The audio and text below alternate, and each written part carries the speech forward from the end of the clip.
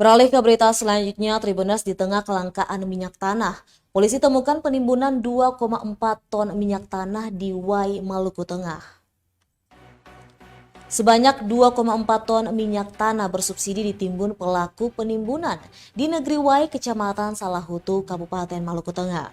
Kepolisian Polda Maluku berhasil membongkar upaya penimbunan mitan tersebut pada Jumat 2 September 2022. Pelaku berinisial YS pun telah diamankan.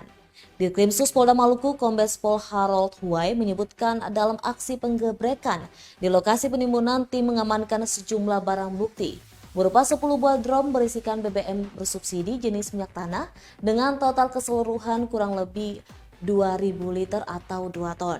Selain itu, 20 buah jerigen berisikan minyak tanah dengan jumlah keseluruhan kurang lebih 400 liter. Ada juga selang warna putih ukuran 1 inch panjang 3 meter, satu buah terpal berwarna biru dan 39 buah jerigen kosong. Mantan Kapolres Ambon ini menambahkan bahwa pengamanan penyalahgunaan BBM bersubsidi ini merupakan perintah langsung oleh Kapolri. Olehnya karena itu ditegaskan akan menindak siapa saja yang terlibat dalam persoalan BBM bersubsidi ini.